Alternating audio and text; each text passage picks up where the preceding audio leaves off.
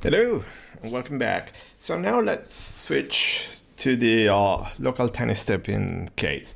So previously we run the simulation steady, so hopefully everything's clear. Now we move local tiny stepping, kind of something in between steady on steady. So you use the under relaxation of the steady to do the iterative marching, but somehow you add time in your steady simulation to stabilize things.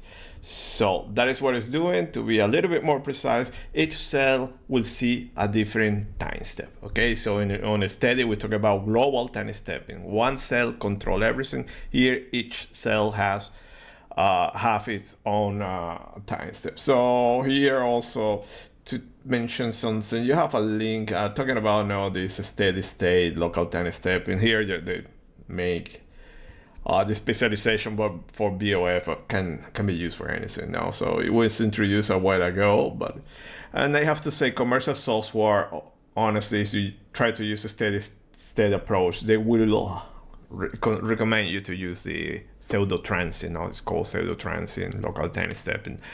Also in the user guide now, you have here just to remind you that everything is explained. Now it's not very detailed, but you have the basic explanations. As you go here, numerical schemes, you have description of all the numerical schemes, the basic stuff. Since that we are covering now when we're opening dictionaries, also the numerics, solution algorithm, this stuff, how to control everything. It is explained here, probably giving my own interpretation, probably a better or probably a worse, but just conveying the idea of what is going on. So let's go here, and we have exactly the same case. So let's start to open the same files. What it's changing? Okay, let me close everything. I don't know what was that. Okay, let me open here. Exactly the same, org constant, nothing changed. We go here. Okay, control scheme, fvSolution, controlDict. Okay, so let's talk about how to set up this. So the setup in controlDict is similar to a steady simulation. Okay, so in this case, I will run initially, to give you an idea, this local time step, and I will run 200 iterations, then it will run 4,000. I will run 4,000 iterations. Okay, but it's pretty much the same. It is an iterative marching. No, iteration 1, 2, 3, 3, 1, 2, 3, 4, 5. Okay. And then there is no adjustable time step. So this one you can put it to no, or doesn't matter, leave it like this. But the time step, you don't control it here. Okay, so this is iterative marching, but remember that we add somehow the time step. So I will show you where you control that. But the rest is exactly the same as on a steady or even on a steady. Okay, what they change is here your pointer, your counter. fvSchemes, the only modifications here, local leveler. Okay, there are a few versions of the local time stepping. So let me go here, numerical schemes, and what we have. Okay, you have this one. So local leveler. Well, they show you just 3, but there are a few SLTS, I think, and concurrent or something like that. You have a few alternative. I like to use local leveler, but at the end of the day, pretty much the idea is the same. Now each cell will have a different time step. And now let's go to fvSolutions. So here's where you control everything. So here you need to add like on a steady. So the fvSolution is similar to on a steady. controlDict will be similar to a steady. Okay, so same options as we talked for the on a steady solver, so nothing new to add here. Then we move here and we have a pimple loop. It's not the simple loop like for a steady, it's a pimple loop.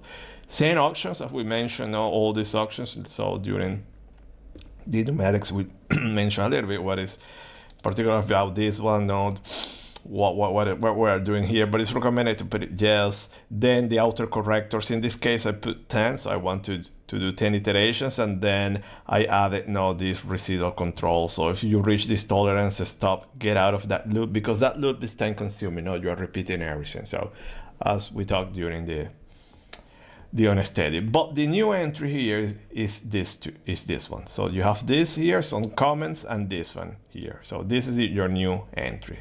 Okay, what we have new for the local time stepping or pseudo-transient. So here's where you now define your maximum CUDA. So remember on a steady was that entry there in controlDict? No, now you move here and you say, I want the maximum CUDA of my simulation to be 10. and my maximum delta t to be this. Okay, then remember, as the during the simulation, your time step is different from cell to cell depending on local velocity and dimension. Add these parameters to control how do you propagate that time step, how do you smooth and damp that time step in your domain, just to avoid oscillations or amplification of the error in your domain. So you add this damping coefficient. There is no damping and smoothing coefficient, nothing written about how you should use it. It's kind of experience. I like to put these values, okay? And this is it. This is how you control the simulation. So, and that's all, nothing new. Okay, also you have the on the relaxation, by the way. So here I reduce on the relaxation a little bit. So recall that for on a steady I put 0.9, here I put 0.7. Okay, to smooth things a little bit more. So to also to be loud in something here is that this is not time accurate, even though you have the presence of time, is not time accurate, but it's a way to reach a steady solution much faster than the fully on a steady and with more stability and accuracy than a fully steady state approach. So let me run here, let me launch to run now the case. Oops, where am I? No, this is not here. It's okay, so let's run the first 200 iterations. Let me show you what is happening here, the difference now with a few iterations. So there you go, iteration 2. Okay, so see that here is running 4 pimple loops, 5, and see that in the 5th one it reached that convergence, that tolerance, but then in the next one probably it will accelerate or will slow down. So in particular, this one now is taking 10 iterations. So this is normal, okay, this is happening, but probably with time it will reduce. But in overall, I like to do at least 5 of those pimple loops, maximum 10 or 20 is up to you, but now see that it's speeding up, now it's reaching in 5 iterations. Something similar will happen with on a steady. We don't have that. But now after that, what I want to talk about is this one. So if you recall, on a steady, you have the maximum CUDA and your time step, that's all. One single time step in the whole domain. So now here you have this keyword, flow time scales, minimum and maximum. So this is telling you what is the minimum time step and the maximum time step in your domain. And these are the entries that how everything is smooth in your domain, and smooth and damp to avoid instabilities. So what is happening here, and I want to come back here as fvSolution. So the maximum CUDA, okay, for the maximum CUDA of 10, somewhere in your domain, you are reaching this maximum delta t, and actually you are not reaching that, it is stopping in that one. Okay, if you want, you can go higher, but what I want to say here is that maximum CUDA, this one, it is the one that is going to control the maximum cell, let's say, the maximum time step, maximum CUDA, this extreme. You put it here and then you control it here. So those usually, you put the maximum delta t here now. So you put this one and the maximum delta t. It requires experience, and then you will have a minimum time step, which is the minimum cell. So usually this minimum time step that you have here, it is the physical one, or if you compare with the on a steady simulation, it will be similar to the one to the global in your on a steady. Then you have some other time step completely out of the ballpark.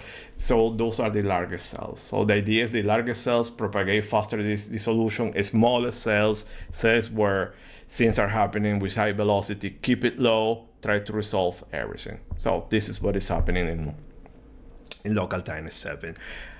So the tip here that how to control this one, my advice is, that you're going to have a minimum time step that somehow is also controlled by this maximum keyword. So if you reduce it, let me put it here, 1, it will also be reduced, okay?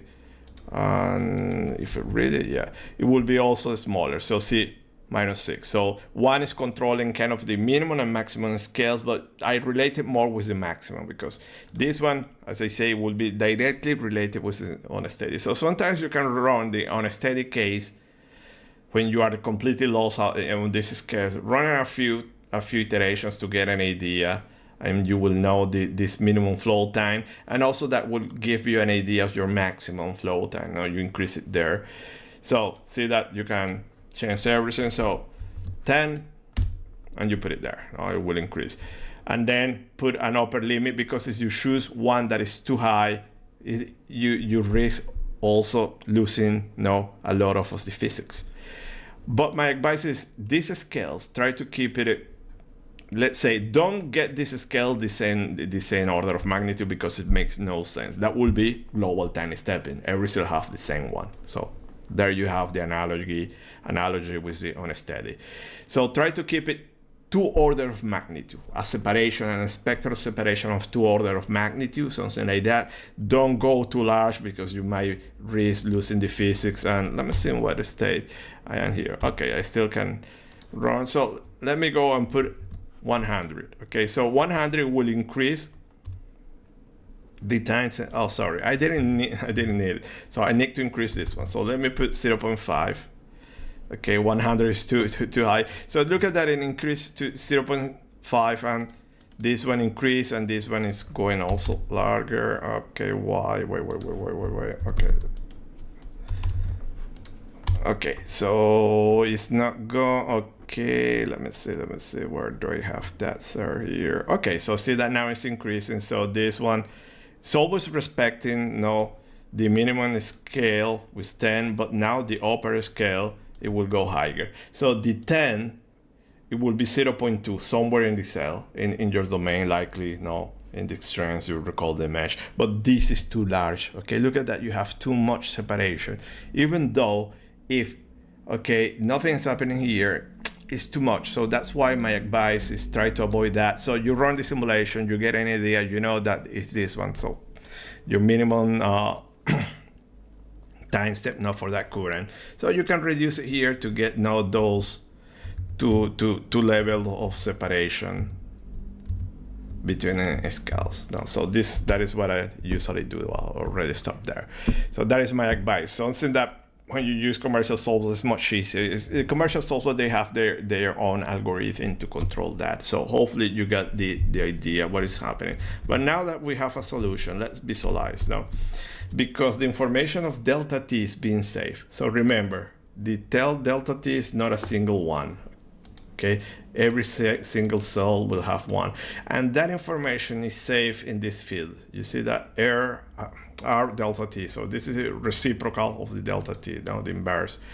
So when we visualize this one, and you look at your colors here, so the larger colors means that you have the smaller time step, reciprocal. So this is what happens. So it makes sense here. So the smallest cell that that we have it here, and look at, we put it there, here. These are the smallest cells, and also turns to be that the velocity is the largest there. Is the cells that are going to have the smallest time step. By the way, you can also get the current number here, and you can plot it. So this is what is happening. Every cell, so smallest delta t here, and here very far, nothing's happening, use a very large time step. Okay, so the idea of those smoothing and damping coefficients is just when you get away from, in this case, from the aircraft, try to smooth that one to avoid large jumps, okay, between different time steps. So this is the idea, okay, in pseudo-transient. In unsteady, your time steps all around is the same. Here, something, an idea that is quite clever. Well, it's nothing happening here. Use a time step larger, here smaller, and add some on the relaxation and so on to smooth the solution, and also control how you propagate the time step in your solution to avoid also sudden jumps.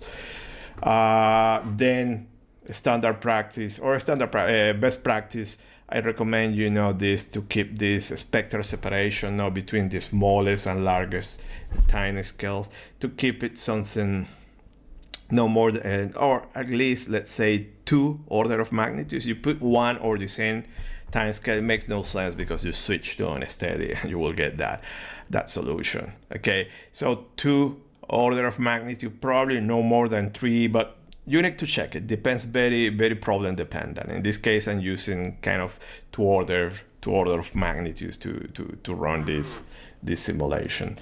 And as well, you have all the standard monitors and so on, so always monitor your solution. Also, I don't recommend you to use a CFL of 1. CFL of 1 again will be switched to unsteady. So here the idea is that, okay, put the maximum current, but use stuff like 5 or even 2. Now, but 1, just go ahead and put on steady, use an unsteady solver. Okay, usually when I use pseudo-transient, I stay in 10. So this is the idea, this is what is happening. Okay, you are using the pimple loop and you control everything in fvSolution, and your controlDict will be something similar to the one used for the steady. So this one's closer to steady. Here, just make this modification, and here will be closer to unsteady. Okay, so that's all. Let me stop here and then switch to the next video where we're going to launch the simulation, monitor everything, and that's all. So see you next video. Bye.